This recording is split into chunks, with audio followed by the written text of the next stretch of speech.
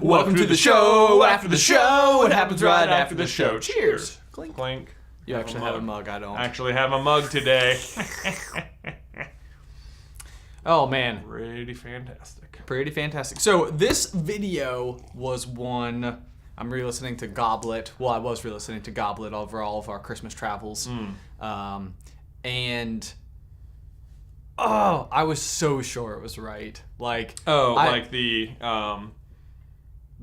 breeding thing? The breeding thing, yeah. Because it's like... It's just like... twisted and weird enough, and the fact that Nagini used to be a woman sort of like adds this like it adds to this element that like what would a maledictus give birth to, I guess, right? Like, and then if she's breeding with like a snake who is like possessed by a man, spirit, so it like there is something to it, and that could even still possibly be a part of it, but I don't think it's just necessarily why.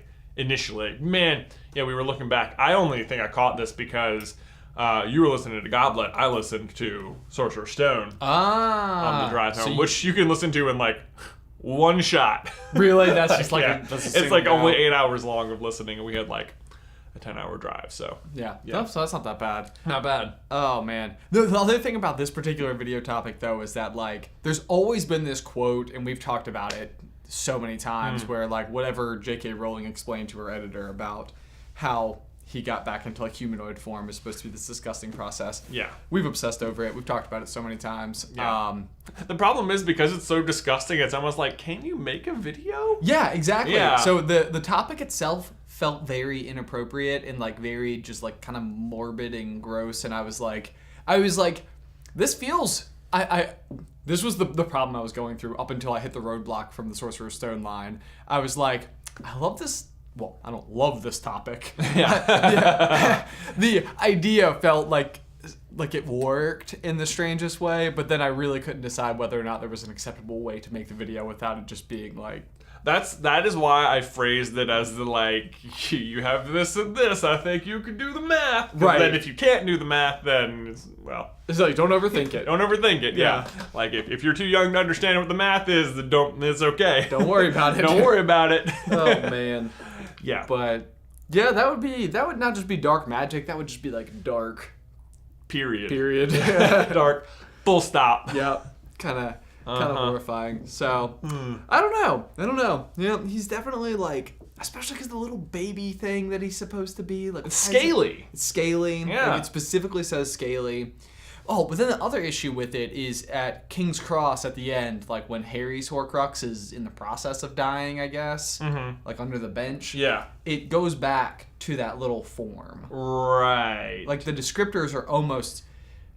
the exact same. Yeah, it's like like this. The one inside of Harry looks like it's almost been like tortured in some way, like flayed, which I guess is supposed to be the effect of the spell, or is that supposed to be like Harry shoving this particular part of him away so hard that it's been like tortured?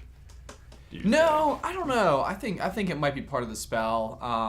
Although there's also, what was the descriptor of Tom Riddle's face when he goes and applies for the Defense Against the Dark Arts job? It says burned and blurred. Right. So burned would be kind of like in keeping with flayed, you know? Well, I think a flayed is like what your back looks like after you got whipped. Oh, okay. Yeah. Okay. I don't know then. I don't know. But even I think the baby thing in Goblet is referred to as like red and black and raw or something, so. Yeah. When I'm just rereading it today, I just never realized that it said scales. Like, what? I know, the scales is... Yeah, it's like, the scales is really... like, yeah, it's like, that's weird. I know. And like, I don't know. Even Voldemort's particular attachment to Nagini is strange, like, because it's not... Even though Nagini used to be like a woman, it's like I can't imagine Voldemort having like a romantic love. Right. Like like strictly to get his body back. But like then the allegiance maintains. Right. Well, still got it's like Horcrux then too. Well, that's true, but I mean Dumbledore's perception of it would be that he actually cares. Right. So I don't know. It'd be interesting to see if Dumbledore ever like meets Nagini in Fantastic Beasts, because they're like both on that bridge at the end, but they don't actually communicate. They don't communicate. Yeah, that will be very interesting. He doesn't seem to know in the Harry Potter books much about Nagini. Right. You know? That's true. That's true. So that's I hadn't actually not thought about that before. So it would be unlikely that Dumbledore would know her well. Yeah. Without ever almost certainly not by name. Right. Yeah. Huh. That is weird. Yeah. Like it would be too much of a leap. Oh man. I really hope the Fantastic Beasts movies don't just completely retcon everything. They won't. They're not gonna do that. Maybe they'll hire us as writers and we'll make sure they don't. See you next time. Bye.